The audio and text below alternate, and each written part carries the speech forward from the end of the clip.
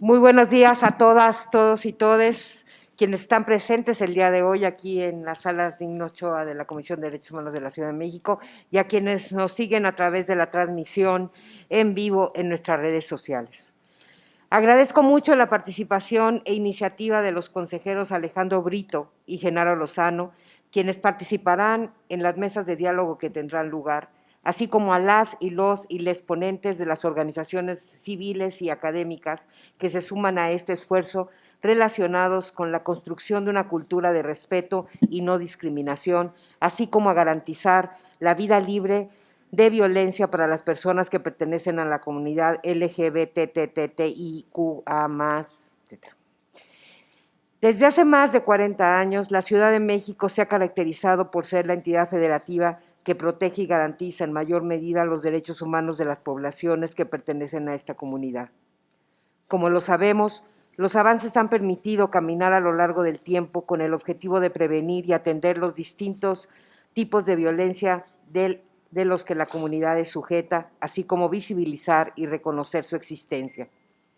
Ejemplo de esto es que desde 1983, la entonces Asamblea Legislativa del Distrito Federal realizó el primer foro de diversidad sexual y derechos humanos y creó la Comisión Ciudadana de Crímenes de Odio por Homofobia. Asimismo, fue la primera entidad federativa en reconocer el matrimonio igualitario en el 2009, lo que sentaría un precedente para que otras entidades lo hicieran. Y desde 2015 se contempla la vía administrativa para el reconocimiento de la identidad de género autopercibida, misma que a partir de agosto del 2021, con la emisión de los lineamientos para garantizar los derechos humanos en el procedimiento administrativo de reconocimiento de identidad de género en la Ciudad de México de las personas adolescentes, facilita el acceso a dicho trámite a adolescentes de 12 años en adelante. En este sentido, la Ciudad de México se ha convertido en pionero del reconocimiento y garantía de los derechos de las personas de la comunidad y mantiene una declaratoria como ciudad amigable desde el 2015, que se considera un anuncio a la comunidad nacional e internacional sobre la Ciudad de México. Es un punto de encuentro, de unión, de acuerdo, de diálogo progresista con claro avance en el reconocimiento de los derechos humanos de todas las personas. La Constitución Política de la Ciudad de México es un claro ejemplo del avance normativo. En su artículo 11, apartado H, reconoce la discriminación y violencia histórica en contra de las personas LGBTTIQ+. Aunado al anterior, el 7 de septiembre del año pasado se expidió la Ley para el Reconocimiento y la Atención de las Personas LGBTTI de la Ciudad de México, cuya función principal es establecer las bases de coordinación efectiva entre todos los poderes para atender sus derechos humanos. En más de una ocasión, la Ciudad de México ha sido referente de avances y regulación en materia de derechos humanos para el resto de las entidades federativas.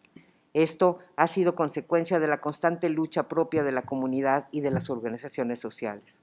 No se debe a los políticos, se debe a quienes están aquí el que tengamos estos avances normativos.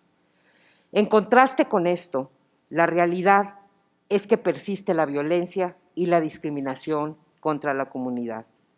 A la par del reconocimiento de derechos, se han ampliado las formas y medios de ejercer dicha violencia en contra de las personas, tal como es el espacio virtual, donde de acuerdo con una encuesta promovida por la Asociación Internacional de Lesbianas, Gay, Bisexuales, Trans e Intersex, ILGA, por sus siglas en inglés, en el 2020, el 84% de las personas afirmó que dichos espacios los han expuestos a discursos de odio y amenazas. Con frecuencia, estas acciones están indirectamente legitimadas por los gobiernos, figuras políticas y otras personas consideradas como personajes prominentes, quienes difunden y o realizan comentarios violentos, discriminatorios y agresiones que constituyen discursos discriminatorios e incluso en algunas ocasiones discursos de odio. Estos discursos discriminatorios o discursos de odio son el reflejo de los estigmas, la violencia, los estereotipos, la discriminación y la ignorancia de quienes los emiten. Pero ¿a qué nos referimos cuando hablamos de discurso de odio? La Convención Americana sobre Derechos Humanos establece que se encuentra prohibida toda apología de odio nacional, racial o religioso que constituyan incitaciones a la violencia o cualquier otra acción legal similar contra cualquier persona o grupo de personas, por ningún motivo, inclusive los de raza, color, religión, idioma y origen nacional. Sin embargo, aun y cuando un instrumento internacional establece los límites de libertad de expresión, la regulación de esta es distinta en la región. Por ejemplo, en los Estados Unidos se han decidido a través del máximo tribunal proteger el discurso sobre asuntos políticos, sobre asuntos públicos, incluso cuando éste cause dolor, con el objetivo de no reprimir el debate público, lo que a su vez genera un margen amplio de discrecionalidad que, bajo el amparo de la libertad de expresión, permite realizar manifestaciones discriminatorias y violentas. Sin embargo, la regulación de dicho país está lejos de lo que la Suprema Corte de Justicia de la Nación ha establecido en México. La libertad de expresión es considerada como uno de los máximos bastiones en los que se centra la igualdad, la dignidad y la democracia de nuestro país, y que ésta se ha de buscar y promover, proteger y garantizar a través de los tres poderes de la Unión, órganos constitucionales autónomos y sociedad civil. Tan solo en la vertiente de acceso a la información, las personas LGBTTIQA+, son quienes han combatido la censura, el estigma, la ignorancia y la discriminación a través de difundir y hacer accesible la información y construir un diálogo y conocimientos de los temas que importan y afectan a dicha población. Tomemos tan solo el activismo medido en torno a la epidemia del VIH. Ante esto, es claro que se busca seguir avanzando en la construcción de una sociedad donde se respete el derecho humano a la libertad de expresión y, por tanto, debe tenerse especial precaución para admitir restricciones a su ejercicio, lo que se debe tener en especial atención para distinguir entre los discursos discriminatorios y discursos de odio, puesto que los segundos incitan a la violencia verbal, psicológica, entre otros, contra determinados grupos caracterizados con el ánimo de menospreciar y discriminar a las personas. Por lo anterior, el máximo tribunal ha establecido que no todo discurso hiriente, ofensivo o discriminatorio constituye discurso de odio, sino que éste debe ser considerado así en función de las 4 circunstancias para, en su caso, ser combatidos. 1. El contexto en que se expresa, es decir, si se trata de una figura pública, un servidor público o si se emite en el ámbito público o privado.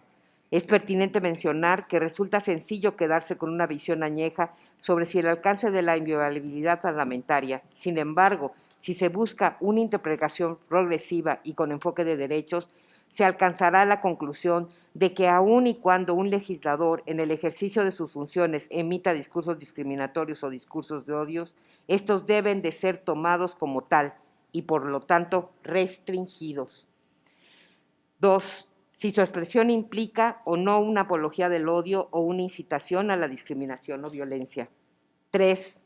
Si su expresión genera un riesgo eminente de violencia o ruptura del orden público. 4. Si como consecuencia del discurso ya se han generado actos de violencia física o disturbios. Ante estos 3 puntos es preciso señalar que, dado el contexto de violencia generalizada por la que atraviesa el país, es claro que no podemos permitir incitar a la violencia y, por lo tanto, el mecanismo jurisdiccional como el mecanismo no jurisdiccional de protección a derechos humanos se encuentra obligado a no desestimar el vínculo entre las expresiones que son apología al odio o incitación a la discriminación o violencia y las agresiones cometidas en contra de las personas LGBTTIQA+,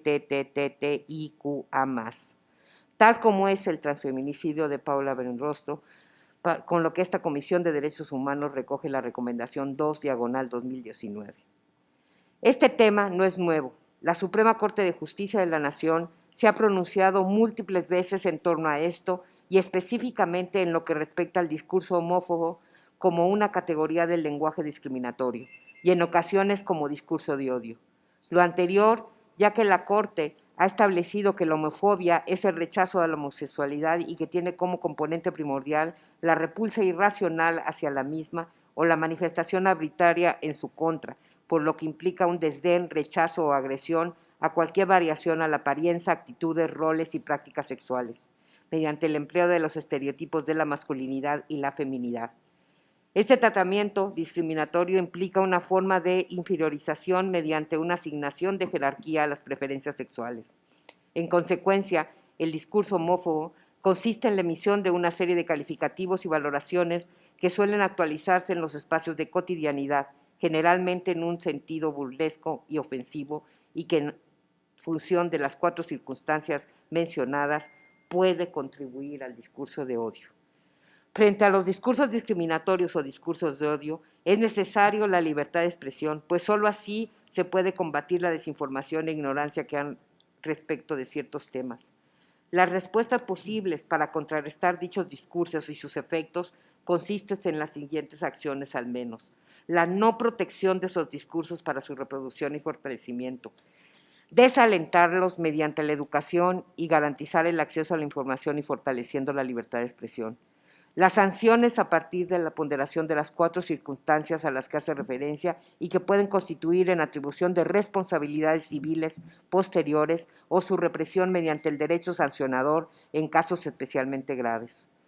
La problemática principal radica en que mediante las expresiones violentas o discriminatorias se generan sentimientos sociales de hostilidad contra personas o grupos, por lo que la protección contra estos requiere la intervención activa del Estado y sus mecanismos para asegurar que el contenido del discurso de odio sea confrontado para evidenciar su incompatibilidad en los derechos y libertades más fundamentales. Es, por lo anterior, que para la Comisión, como parte de los mecanismos no jurisdiccionales de derechos humanos, es fundamental reflexionar estos temas y echar a andar mecanismos de justicia no restaurativa para los casos donde se aplica y se busca la transformación del paradigma machista, homofóbico, transfóbico que permea en la sociedad y cultura mexicana y que tiene consecuencias en el mundo real.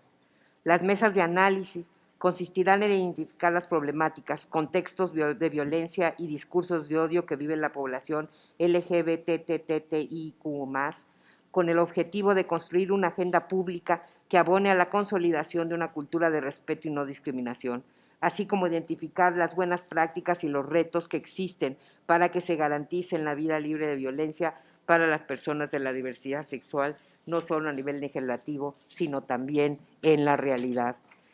Sin más preámbulo, estoy a las 10:14.